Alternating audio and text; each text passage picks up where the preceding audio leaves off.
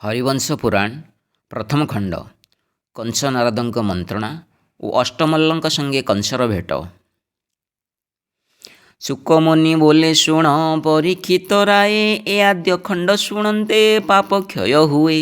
केतेक दिने नारद नामे महामुनि मिलिले आसी मथुरापुर राजधानी। हस्ते ब्रह्मवीणा सोहे पिंगल मूर्ति निर्धूम अग्निपराय दिशे तांक ज्योति। मन पवन दंडरे चढ़ी हरिरटी स्फटिक माली हस्तरे कटिरे लेंगुटी। कृष्णाजीन उत्तरीय कंधरे पईता द्वादश टीपा अंगरे हरि नाम चिता। गले तुलसी कुंडल रत्न कर्णे सोहे गंगा जल कमंडल करे शोभा पाए। कली धुकुड़ी काखरे देवकांड घेनी कटिरे बेढ़ाई कौ पुनि मुनि। देवपतिर समान अटंती से जति अद्भुते आकाशे पथु खसीण आसंती। प्रणाम करीण सेही जोड़े बेनी कर भोमुनि जीवन आज सफल मोहर। धन्य धन्य धाता मोते कला एथि जन्म तुम्हंकु देखिली मुनि सफल मो दिन। एते बोली कंस मुनि चरण धइला पादोदक हस्ते नेई गर्भकु खेपिला। कंसर निर्मल भक्ति जे जेहू से देखिले महामंत्र पढ़ी मुनि कल्याण बांछिले। कंस बोइला मुनि हे पथ श्रांत होई मोपुरी आजी विजय कल किस पाई। नारद बोइले राजा दया जहूँ तोते श्रद्धारे अइली तेणु देखिवा निमंते।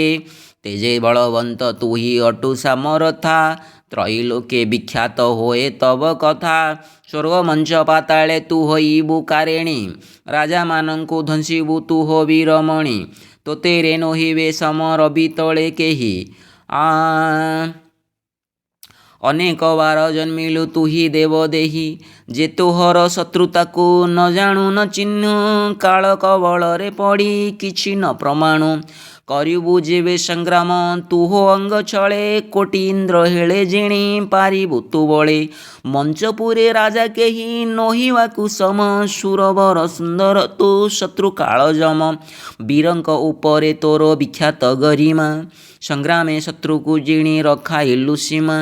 ब्रह्म क्षत्रि वैश्य शूद्र जाति जे अटंती ए चारिंकी चारि कर्म बिहि देइछंती। ब्रह्म षट्कर्म अटे जे यजन जाजन दान प्रतिग्रह अध्ययन अध्यापन। क्षत्रिंक कर्म संग्राम दान एहि बेनी बाहु दर्पे साधंती से सकल मेदिनी।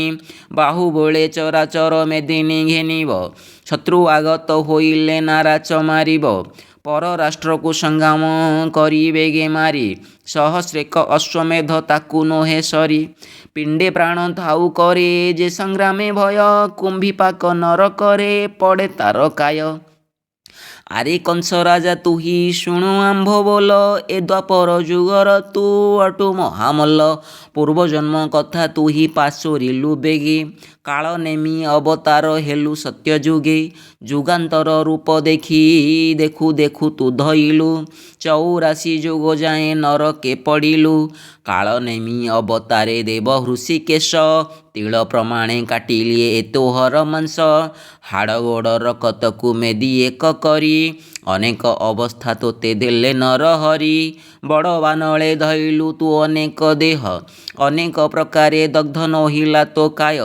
14 मनु जाए से सुझिले तो अंगे न काटिला सुदर्शन चक्र तोर अंगे। संग्राम कले गरुड़ उपरे से चढ़ी तो निश्वास रे गले शत्रु शून्य उड़ी।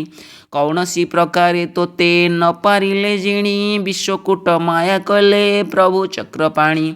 हयग्रीव रूप तहु धरी नारायण तोर मूर्धना बिदारी घेनिले तो प्राण। अनेक प्रकारे तू ही माया रूप धरी से जन्मे गोविंद हस्ते तू ही थिलु मरी।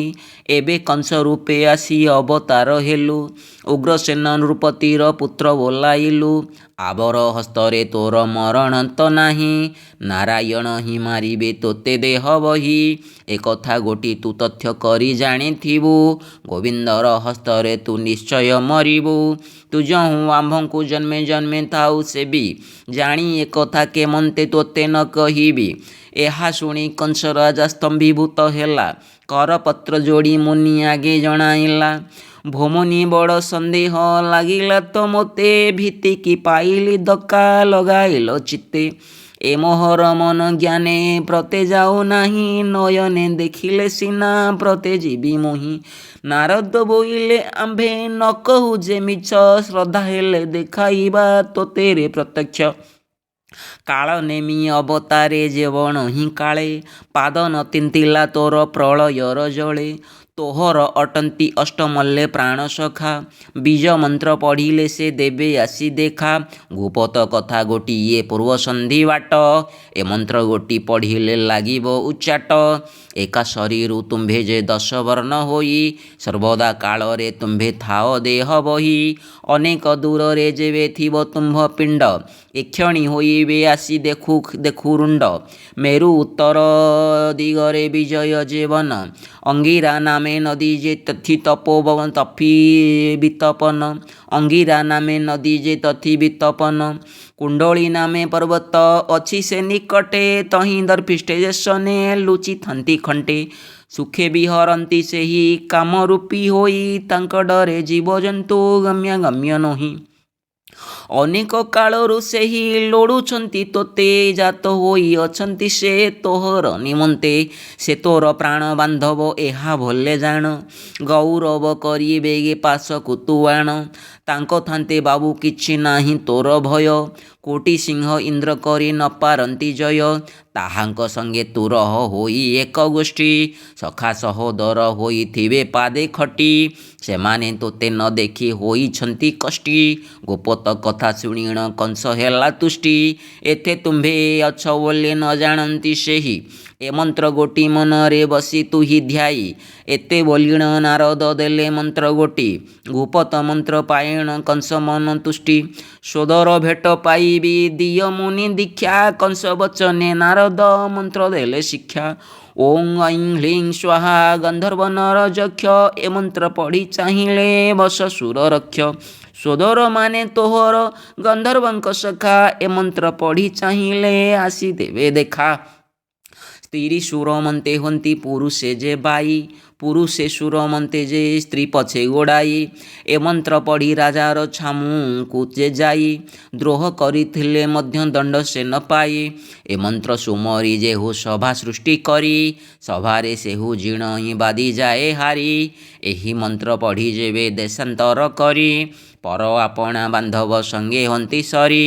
ସଂଗ୍ରାମେ ପଶି ପଢ଼ିବ ଯେବେ ମନ୍ତ୍ର ଗୋଟି, ଉଚ୍ଚାଟ ହୁଅନ୍ତି ବୀରେ ଖସେ ଶସ୍ତ୍ର ମୁଷ୍ଟି। ଏ ମନ୍ତ୍ର ଗୋଟି ଜପିଲେ ପୂର୍ବେ ଦେବୀ ଉମା, ସଦାଶିବଙ୍କର ପ୍ରିୟା ହେଲେ ଆଦି ବାମା।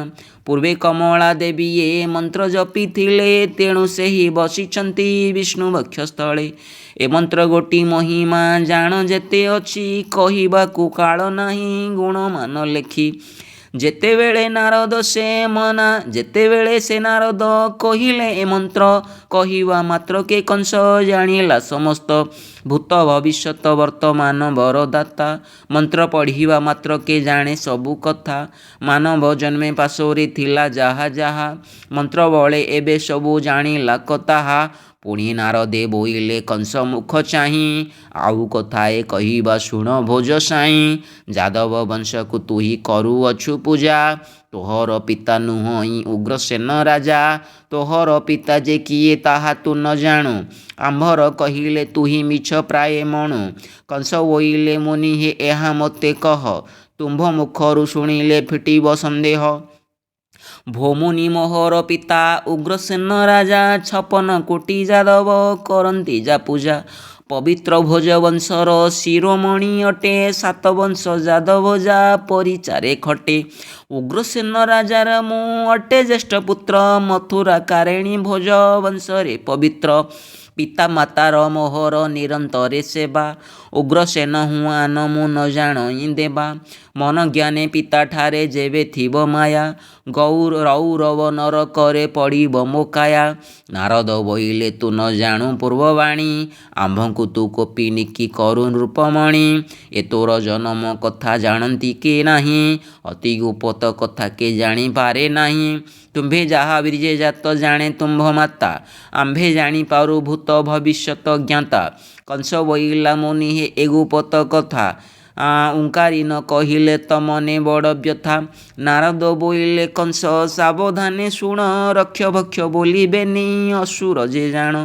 ରକ୍ଷର ନନ୍ଦନ ହେଲା ଦ୍ରୁମିଳ ଦାନବ, ଲୋହ ବକ୍ଷା ନାମେ ଭକ୍ଷ ବୀଜରୁ ସମ୍ଭବ। ତାର ପୁତ୍ର ଲହୋଦର ବଜ୍ର ଅଙ୍ଗ ହେଲା, ମହିମାନ ନାମେ ପୁତ୍ର ତାର ଜନ୍ମିଲା। ମହିମାନର ନନ୍ଦନ ମହାସୁର ବୀର, ତାହାର ନନ୍ଦନ ଦେବ ଅନ୍ତକ ଅସୁର।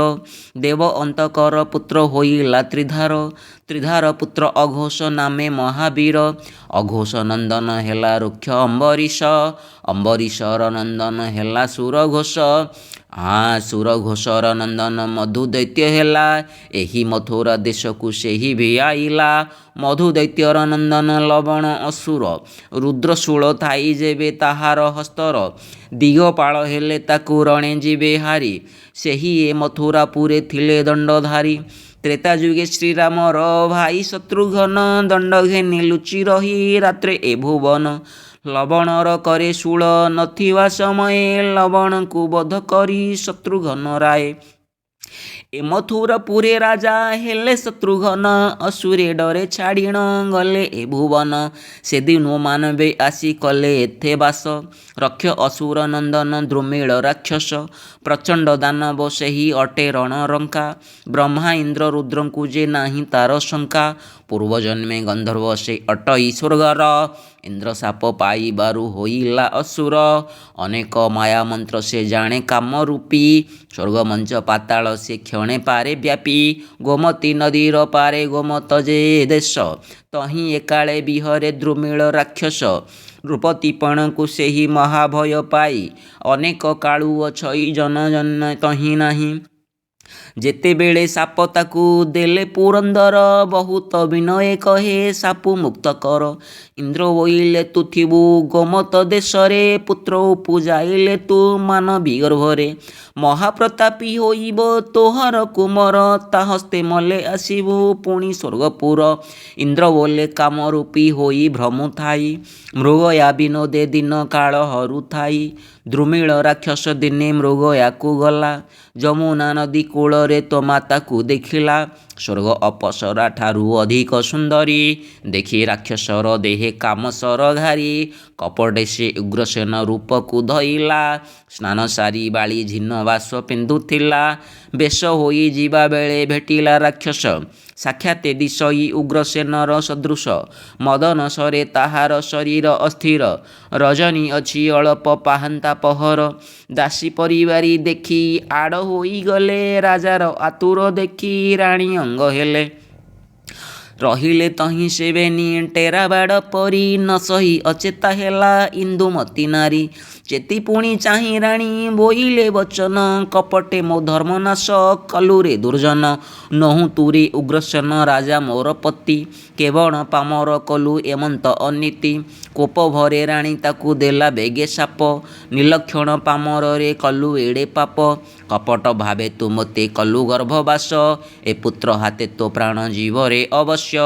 ଶୁଣିଲୁ ତ କଂସରାଏ ତୋ ଜନ୍ମର ବାଣୀ, ଦ୍ରୁମିଳ ନନ୍ଦନ ତୁ ଯେ ବୀର ଚୂଡ଼ାମଣି। ଏମନ୍ତେ ଲକ୍ଷଣ ତୁ ଯେ ହୋଇଅଛୁ ଜାତ, ଆଉ କେହି ନ ଜାଣନ୍ତି ଜାଣେ ତୋର ମାତ। ତୁ ଯହୁଁ କଲୁ ଆମ୍ଭଙ୍କୁ ବହୁତର ସେବା, ତେଣୁ ଏ ଗୁପତ କଥା କହିଲୁ ରେ ବାବା। ଉଗ୍ରସେନ ସହିତରେ ନ ଜାଣନ୍ତି କେହି, ଦାସୀଏ ଜାଣନ୍ତି ରାଜା ରାଣୀ ଭେଟ ହୋଇ। ନାରଦେ କହିଲେ ଯହୁଁ ଏ ସନକ ବାଣୀ, କଂସ ନୃପତି ବିସ୍ମୟ ହେଲା ତାହା ଶୁଣି। ଚେତନା ପାଇଣ କଂସ ଭାଳେ ମନେ ମନ, ନୟନରୁ ଅଶ୍ରୁଜଳ ବହେ ଘନ ଘନ। ଏ ପବିତ୍ର ଭୋଜବଂଶେ ହୋଇଲି ଜନମ, ଦଇବ ବିହିଲା ଆଣି ଏ ବଶେଷନ ବଚନ। ଲୋକରେ ଅପର କୀର୍ତ୍ତି ଲୋକରେ ଅପକିରତି, ଚାହିଁବି କାମୁଖ। କୁଳକୁ କଳଙ୍କ ମୋତେ ବିହିଲା ଏ ଦୁଃଖ, ଧନ ବିଦ୍ୟା ତପ ମୋର ସବୁ ନାଶ ଗଲା। ଇହ ପର ଲୋକରେ ତ ଲଜ୍ଜା ଉପୁଜିଲା, ବିଧାତା କଲା ତ ମୋତେ ଏସନ ଝିଙ୍ଗାସ। ଏବେ ତ ଶୋଚନା କଲେ ହେବ ପୁଣ କିସ, ମନେ ବିଚାରଇ ଅଷ୍ଟମଲ୍ଲଙ୍କୁ ଆଣିବି।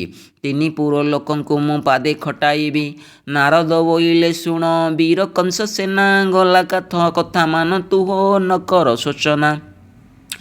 ରଜନ ରାଣୀ କି ପତି ଅଟଇ ଶଶାଙ୍କ ରଜନୀ ରାଣୀର ପତି ଅଟଇ ଶଶାଙ୍କ ତେଡ଼େ ବଡ଼ ଲୋକ ଦେହେ ଲାଗିଛି କଳଙ୍କ ଇନ୍ଦ୍ର ଦେବତା ଗୁପତେ ଅହଲ୍ୟା ହରିଲା ଗୌତମ ସାପେ ସହସ୍ର ଯୋନି ବୋଲାଇଲା ଭୂତ ଭବିଷ୍ୟତ ଜ୍ଞାତା ବ୍ୟାସ ମହାମୁନି କେଉଟୁଣି ଗର୍ଭଜାତ ହୋଇଲେ ସେ ପୁଣି ବିଶ୍ୱଭାରା ଭର ଅଛି ବାସୁକି ଯେ ବହି କଣ୍ଠରେ କାଳ ଗରଳ ପୁଣି ସର୍ବଦେହି କୋଟି ବ୍ରହ୍ମାଣ୍ଡ ନାୟକ ଦେବ କାଶୀବାସୀ ବ୍ରହ୍ମହତ୍ୟା ମହାପାପେ ହୋଇଲେ ଯେ ଦୋଷୀ ଶପଥ ସାଗର ଏହି ପୃଥିବୀ କାରଣ ତାହାର ଜଳ ଅଭକ୍ଷ ଲାଗନ୍ତେ ଲବଣ ଅଷ୍ଟାଙ୍ଗ ଯୋଗ କରତା ବିଶ୍ୱାମିତ୍ର ମୁନି ମେନକାକୁ ହରି ଦୋଷୀ ହେଲେ ତେଡ଼େ ଜ୍ଞାନୀ କୀଟପତଙ୍ଗ ଆଜି ଯେ ବ୍ରହ୍ମଲୋକ ଯାଏ ବାଛିଲେ ତ ଦୋଷ ଅଛି ସବୁ କରି କାଏ ଏଥକୁ ଶୋଚନା ମନେ ନ କର ତୁ କଂସ ଗୁଣ ପ୍ରକାଶ ହୋଇଲେ ନାଶ ଯାଏ ଦୋଷ ପୁରୁଷ ଉତ୍ତମ ତୁହି ଅଟୁ ମହାବଳୀ ଏକଥା ଗୋଟାକୁ କିମ୍ପା ମନରେ ତୁ ଭାଳି ଜାଣୁ ଜାଣୁ ତୁହି କିମ୍ପା ହେଉଅଛୁ ବଣା ଆପଣାର କଥା ବାବୁ ଆପଣାକୁ ଉଣା ଆବର କଥାଏ ତୋତେ କହିବି ବିଶ୍ୱାସ ଭଣଜାର ହସ୍ତେ ତୁହି ଯିବୁ ପ୍ରାଣେ ନାଶ ତୋହର ସୋଦର ଯେବେ ଦେବ କି ବହେଣି 8 ଗୋଟି ପୁତ୍ରଜାତ କରିବ ସେ ପୁଣି ତାହାର ଅଷ୍ଟମ ଗର୍ଭେ ହେବ ଯେଉଁ ବାଳ ସେହି ଭଣଜା ହସ୍ତରେ ପୂରିବ ତୋ କାଳ ନିରାଧାର କଥା ତୋତେ କହିଲୁ ତୁ ଜାଣ ଏକଥା ବିଚାରିଥିବୁ କଂସ ନୃପନାରାୟଣ ନାନା ପ୍ରକାରେ ଏକ କଥା କରହୁ ନିର୍ବନ୍ଧ ଅତୁଟ ହୋଇବ ଯୁଗେ ଯୁଗେ ତୋର କନ୍ଧ ଉପାୟ କରି ଭଣଜା ପାରୁ ଯେବେ ମାରି ରବି ତଳେ ଜିଣିବାକୁ ନାହିଁ କେହି ସରି ଅଷ୍ଟପୁତ୍ର ଯାଏ ତୁହି ଉପରୋଧ ଛାଡ଼ିବୁ ଭଣଜା ବୋଲି କଦାପି ଦୟା ନ କରିବୁ ରାତ୍ର ଦିବସ ପ୍ରହରୀ ମାନେ ଜଗିଥିବେ ଜନ୍ମ ହେବା ମାତ୍ରେ ଆସି ତୋତେ ଯେ କହିବେ ବାରତା ପାଇଲେ ବେଗେ ଯିବୁ ତୁହି ଧାଇଁ କ୍ଷଣେ ନ ରଖି ତୁ ଶିଳେ କଚାଡ଼ିବୁ ନେଇ ଏକଥାରେ ହେଳା ତୁ ନ କର ବୀର କଂସ ଏଡ଼େ ଐଶ୍ୱର୍ଯ୍ୟ ବାବୁ କ୍ଷଣେ ଜୀବ ନାଶ ଏକଥା କଲେ ପୃଥିବୀ କରିବୁ ତୁ ଭୋଗ ନୋହିଲେ ସଂଗ୍ରାମେ ତୋର ନିଶ୍ଚେ ମୃତ୍ୟୁ ଯୋଗ ଚନ୍ଦ୍ର ସୂର୍ଯ୍ୟ ଇନ୍ଦ୍ର ରୁଦ୍ର ନୈଋତ ବରୁଣ ଦିଗପାଳ ସହିତରେ ଯେତେ ଦେବଗଣ ସମସ୍ତ ଜିଣିବୁ ବାବୁ ତୁହିଁ ଭୁଜ ବଳେ ସଂଗ୍ରାମେ ସରି ନୋହିବେ କେହି ରବି ତଳେ ଏକଥାରେ ଅଳପକେ ହେବ ତୋର ଯଶ କିନ୍ତୁ ଭଣଜା ହସ୍ତରେ ଯିବୁ ପ୍ରାଣେ ନାଶ ନାନାଦି ଉପାୟ କରି ଭଣଜା ତୁମାର 14 ଭୁବନ ଯାକ ଏକା ଭୋଗ କର ଯଦ୍ୟପି ଭଣଜା ଏକ ଜୀବଟି ଉବୁରି 5 ରାତ୍ରେ ପୁରିଲେ ନ ପାରିବୁ ତୁ ମାରି ଏଥୁ ଉତୁରିଲେ ତୋତେ ଆନ ମୃତ୍ୟୁ ନାହିଁ ଅନ୍ତର୍ଧାନେ ଗଲେ ମୁନି କଂସକୁ ଯେ କହି ଶୁଣି କଂସାସୁର ମନେ ବିଷାଦ ପାଇଲା କେବଳ ବିଧାତା ମୋତେ ଏମନ୍ତ କରିଲା ପବିତ୍ର ଭୋଜ ବଂଶରେ ହୋଇଲି ମୁଁ ଜାତ ଏଥକୁ ବିଧାତା ତୁରେ କଲୁ ଏଡ଼େ କୃତ୍ୟ ନାରଦ ମୁନି କହିଲେ ଯେତେ ଯେତେ କଥା ନିରାଧାର ବଚନ ସେ ନହିବ ଅନ୍ୟଥା ସୋଦର ଭଣଜା ବଧ କରିବି କେମନ୍ତେ ଏ ମହାପାପ ଘଟିଲା ସିନା ଆସି ମୋତେ ଭଣଜାକୁ ନ ମାଇଲେ ଆପେ ଯିବି ନାଶ ସଙ୍କଟ ପଡ଼ିଲା ଏବେ କରିବି ମୁଁ କିସ ପୁଣି ସେ ବିଚାରିଲା ଆପଣାର ପାଇଁ ସୋଦର ବଧ କଲେ ଯେ କିଛି ଦୋଷ ନାହିଁ ପ୍ରାଣ ଥିଲେ ଦାନ ଧ୍ୟାନ କରି ଉବୁରିବି ସମୟ ଭୋଗ କରିଣ ତୀର୍ଥ ମୁଁ କରିବି ନୋହିଲେ ସଂଗ୍ରାମେ ଯିବି ପଛେ ନାଶ ତା ନୋହିଲେ ବ୍ରହ୍ମବିଦ୍ୟା ସାଧିବି ଅବଶ୍ୟ ଆପଣାର ଆତ୍ମା ଗଲେ ପୁଣି କିତା ପାଇ ମାରିବି ଭଣଜା ମୋର ପାପେ ଭୟ ନାହିଁ ପ୍ରତ୍ୟକ୍ଷ ଦେବ ନାରଦ ମୁନି ବ୍ରହ୍ମଚାରୀ ତାଙ୍କ ବଚନ ଅବଜ୍ଞା କେହି କରିପାରି ମୁନିଙ୍କର ନଥାଇ ତ ଚିତ୍ତେ ମାୟା ମିଛ ଅଷ୍ଟମଲ୍ଲ ଅଇଲେ ତା ଜାଣିବା ପ୍ରତ୍ୟକ୍ଷ ଏତେ ବୋଲି କଂସ ରାଜା ସିଂହାସନ ଛାଡ଼ି ଖଣ୍ଡେ ଦୂରେ ବସିଲା ସେ ମୃଗ ଛାଲ ମାଡ଼ି ଦେଶ କାଳ ବାକ୍ୟ ପଢ଼ି ଜପମାଳ ଘେନି ସତେ ଅଷ୍ଟ ତୋର ଜପ କଲା ଉଗ୍ରସେନୀ ଚକ୍ଷୁ ବୁଜି ଧ୍ୟାନ କଲା ହୃଦେ ମନ୍ତ୍ର ଗୁଣି ଅଧିଷ୍ଠାନ ମନ୍ତ୍ର କଂସ ପଢ଼େ ପୁଣି ପୁଣି ଅଷ୍ଟମଲ୍ଲ ରୂପ ମୁନି କହିଥିଲେ ଯାହା ହେତୁମତି ଏ କରି ଜପେ କଂସ ତାହା ହେତୁମତି କରିଏ ଜପ କଂସେ ତାହା ଷଣ୍ଢାସ କଟା ଧେନୁକା ବକାଗଜ ଅଶ୍ୱ ତୃଣାବ୍ୟମ 8 ତୁମ୍ଭେ ବେଗେ ଉଠି ଆସ ଅଘା ଅସୁର ସହିତେ ମନେ ଧ୍ୟାନ କରି ପୂର୍ବଗୁଣ ମନ୍ତ୍ରମାନ ହୃଦୟରେ ସୁମରି ଥିଲେ ସେ ଅଙ୍ଗିରା ନଦୀ ପୂର୍ବ ଭାଗ ତଟେ କୁଣ୍ଡଳ ବନ ପର୍ବତେ ମେରୁର ନିକଟେ ବିଜୟା ନାମେ ବନରେ ଅଷ୍ଟମଲ୍ଲ ଥିଲେ କଂସ ସୁମରନ୍ତେ ସେହି ଉଚ୍ଚାଟ ହୋଇଲେ ଏକକୁ ଆରେକ ବସି ବିଚାରନ୍ତି ତହିଁ ଏସନ ଉଚ୍ଚାଟ ଲାଗେ କହ କାହିଁ ପାଇଁ ବିଚାର କେମନ୍ତ ପ୍ରାୟ ଏକତାକୁ ମଣ ତଦନ୍ତେ କାର୍ଯ୍ୟ କରିବା ସିନା ବିଚାରିଣ ଅନେକ କାଳୁ ଆମ୍ଭେ ଏ ବନେ ରହିଥିଲୁ ଅନେକ କାଳୁ ଆମ୍ଭେ ଏ ବନେ ଥିଲୁ ରହି ଏପରି ଉଚ୍ଚାଟ ଦିନେ କେଭେ ନ ଲାଗଇ ଭଲ ମନ୍ଦ ବୋଲି କଥା କେମନ୍ତେ ଜାଣିବା ସବୁରି ବିଚାରେ ପୂର୍ବେ ହେତୁକୁ ମଣିବା ପୂର୍ବେ ଯେ ଆମ୍ଭର ସଖା କାଳ ନେମି ଥିଲା ବିଷ୍ଣୁ ସଙ୍ଗେ ଯୁଦ୍ଧ କରି ଚକ୍ରେ ପ୍ରାଣ ଦେଲା କାଳ ନେମି ଅବତାର ହୋଇଲା କି ଆସି ଆମ୍ଭଙ୍କୁ ପାଶୋରିଲା ନର ଦେହେ ପଶି ଆମ୍ଭର ଯୋ ନିଜ ମନ୍ତ୍ର ଗୁପତ ବାରତା ଆନକୁ ତା ଅଗୋଚର ଅଟଇ ସେ କଥା ନିଶ୍ଚେ ଜାଣ କାଳ ନେମି ଅବତାର ହେଲା ପୂର୍ବ କଥା କୁସୁମରି ଆମ୍ଭଙ୍କୁ ଖୋଜିଲା ଏହାର ବିନା ଆମ୍ଭର ଆନୁଗତି ନାହିଁ କାଳ ନେମିର ଶରୀରୁ ଅଛୁଜାତ ହୋଇ ଏକକୁ ଆରେକ ଆମ୍ଭେ ନୋହୁଁ ଭିନ୍ନ ଭିନ୍ନ ଜନ୍ମାନ୍ତର କଥା ମାନ ପଡ଼ୁଅଛି ମନ ନୋହିଲେ କାହୁଁ ଏସନ ଉଚ୍ଚାଟ ଲାଗିଲା ଆମ୍ଭର ଯେ ମନ ଭ୍ରାନ୍ତି ଆଜହୁଁ ଫିଟିଲା ଆମ୍ଭଙ୍କୁ ନ ପାଇ ସେହି ହୋଇଅଛି ଏକା ବେଗେ ହୋ ଚାଲ ଦେଖିବା ଯାଇ ଆମ୍ଭ ସଖା ଆଗହୁଁ ଆମ୍ଭଙ୍କୁ କାଳ ନେମିଅଛି କହି ମଥୁରା କଟକେ ଜାତ ହୋଇବୁ ମୁଁ ଯାଇ ଏହି ଶଙ୍କୁନେ ଆମର ହୋଇପାରେ ଭେଟ ବେଳକୁ ବେଳ ଆମ୍ଭଙ୍କୁ ଲାଗିଲା ଉଚ୍ଚାଟ ସେ ଆମ୍ଭର ପଞ୍ଚଭୂତ ଆତ୍ମାର ଧାରଣ ତାହାର ପ୍ରସାଦେ ଆମ୍ଭେ ଜଗତ କାରଣ ବିଳମ୍ବ ନ କରି ଚାଲ ଦେଖିବା ତା ମୁଖ ଆକ ଆଜହୁଁ ସରିଲା ଜନ୍ମ ଜନ୍ମାନ୍ତର ଦୁଃଖ ଏତେ ବୋଲି ସେ ଅଙ୍ଗିରା ନଦୀ ପୂର୍ବ କୂଳେ 8 ଜଣେ ଗମିଲେ ସେ ଆକାଶ ମଣ୍ଡଳେ ଚଳନ୍ତି ଗମନ ମାର୍ଗେ ପବନ ହୁଁ ବେଗେ ଧାତିକାରେ ମିଳିଲେ ସେ ମଧୁପୁର ଲାଗେ ଯୁକତେ ଅସୁର ସେହି ପୁଣି କାମରୂପୀ ସ୍ୱର୍ଗମଞ୍ଚ ପାତାଳକୁ କ୍ଷଣ କରେ ବ୍ୟାପୀ ଜାଣନ୍ତି କୂଟ କପଟ ଛନ୍ଦ ସବୁ ମାୟା ମନ କଲେ ତାହାଙ୍କର ବଢ଼ିଯାଏ କାୟା କଂସ ସୁମରିବା ମାତ୍ରେ ପ୍ରବେଶ ନଗରେ ତୁରିତେ ମିଳିଲେ ଯାଇ କଂସର ଛାମୁରେ ଅଷ୍ଟମଲ୍ଲ ଆସନ୍ତେଣ ଦେଖି କଂସ ବୀର ଆସ୍ଥାନ ତେଜି ଉଠିଲା କହୁ ଧାତିକାର ଅନେକ ସାନନ୍ଦ ରାଜା ହେଲା ତୋଷମତି ରୋମଟାଙ୍କୁ ରହି ଆତ୍ମା ପୁଲକିତ ଅତି କୋଳ ସମ୍ଭାଷଣ ଆଦି କରିଣ ଆଦର କୋଳ ସମ୍ଭାଷଣ ଆଦି କରିଣ ଆଦର ଧାତିକାରେ ପୁଷ୍ପମାଳା ଲମ୍ବାଇ ଗଳାର ଅନେକ ପୂଜା ବିଧିରେ ଗୌରବ କଲା ଭୁଜ ଧରି ଆସ୍ଥାନରେ ନେଇ ବସାଇଲା କଂସ ବଇଲା ଆଜହୁଁ ମୁହିଁ ନିସ୍ତରିଲି ପ୍ରାଣର ସୋଦରଙ୍କୁ ମୁଁ ନୟନେ ଦେଖିଲି ଜନମ ସଫଳ ମୋର ହୋଇଲା କ ଆଜ ଲଭିଲେ ପରମାଗତି ପାଇଲି ଐଶ୍ୱର୍ଯ୍ୟ ତୁମ୍ଭଙ୍କୁ ନ ଦେଖି ମୁଇଁ ହୋଇଥିଲି କଷ୍ଟି ଆଜଠାରୁ ଆତ୍ମା ମୋର ହୋଇଲା କତୁଷ୍ଟି ବଳବୀର୍ଯ୍ୟ ପରାକ୍ରମ ଲୁଚାଇଲେ ଦୁଃଖେ ମହି ଭୋଗ ଏବେ ଆମ୍ଭେ କରିବାକୁ ସୁଖେ ଏହା କହି ଅଷ୍ଟମଲ୍ଲ ସଙ୍ଗତରେ ଘେନି ନିଜପୁରେ ପ୍ରବେଶିଲା ଯାଇ ଉଗ୍ରସେନୀ ନବର ଭିତରେ ରାଏ ନିତ୍ୟକର୍ମ ସାରି ଅଷ୍ଟମଲ୍ଲ ସଙ୍ଗେ ଘେନି ମଣ ହିଁସେ କରି ଷଡ଼ରସର ବ୍ୟଞ୍ଜନ ଅନ୍ନ ପାକ ଦ୍ରବ୍ୟ ଅମୃତ ମଣ ହିଁ କଲେ ସରାଗରେ ସର୍ବ ଅପୂର୍ବ ଦ୍ରବ୍ୟ ଖାଇଣ ହେଲେ ସର୍ବେ ତୁଷ୍ଟି ଦିନକୁ ଦିନ ଶରୀର ହେଲା ବଳ ପୁଷ୍ଟି ସଙ୍ଗେ ଥାନ୍ତି ଅଷ୍ଟମଲ୍ଲ ନାହିଁ ଭିନ୍ନ ଭିନ୍ନ ମନ ବଚନ କଳ୍ପନା ସବୁ ଏକ ସ୍ଥାନ ନିଦ୍ରା ଆହାର ମୈଥୁନ କ୍ଷଣେ ଛଡ଼ା ନାହିଁ ସନ୍ତୋଷ ଲଭିଲା କଂସ ଅଷ୍ଟମଲ୍ଲ ପାଇ ମଥୁରା ନଗର ଲୋକେ ଅଷ୍ଟମଲ୍ଲ ଦେଖି ଭୟେ ପଳାଇଲେ ଗୃହ ସମ୍ପଦ ଉପେକ୍ଷୀ ଦାନବର ସଙ୍ଗେ କାହିଁ ମାନବର ମେଳ ସମରଜ୍ୟ ଯାକ ତହିଁ ହେଲା ମହାଗୋଳ ବନ୍ଦ କରାଇଲେ ହାଟ ବାଟ ଘାଟ ପେଣ୍ଠ ସମସ୍ତ ଲୋକ ହୋଇଲେ ଭୟରେ ଉଚ୍ଚାଟ ଦାନବେ ଅନୀତି କଲେ ରାଜ୍ୟେ ରାଜ୍ୟେ ପଶି ମଥୁରାରେ ଯଦୁବୀରେ ହୋଇଲେ ବିଧ୍ୱଂସୀ କେହି କିଛି ତାଙ୍କୁ କହି ନ ପାରଇ ଡରେ ପୃଥିବୀ କମ୍ପିଲା ଅସୁରଙ୍କ ପାଦ ଭରେ ଯେଅବା ଯାଇ ରାଜରେ କରନ୍ତି ଗୁହାରି ପ୍ରାଣେ ମାରନ୍ତି ତାହାର ବଂଶ ଆଦି କରି ସ୍ୱର୍ଗମଞ୍ଚ ପାତାଳ ଯେ ସବୁ କଲେ ଜୟ ମଥୁରା ଲୋକମାନଙ୍କୁ ତାଙ୍କର କି ଭୟ ରାଜା ବଲିଣ ସେ ଅଛି ନ ବୋଲନ୍ତି କେହି ଅନୁବ୍ରତେ ହିଂସା କର୍ମ କରେ ଦୁଷ୍ଟ ଦେହି ନାନା ପାପ କର୍ମ କରେ ଅଷ୍ଟମଲ୍ଲ ଘେନି କ୍ଷଣେ ମାତ୍ର ଛାଡ଼ ନାହିଁ ତାଙ୍କୁ ଉଗ୍ରସେନୀ ଛାୟାର ମଣ ଚରଣେ ରହୁ ମୋର ସେବା, ଭକତି ଘେନି ଅଚ୍ୟୁତ ଦାସେ ମୁକ୍ତି ଦେବା। ହରି ବୋଲ।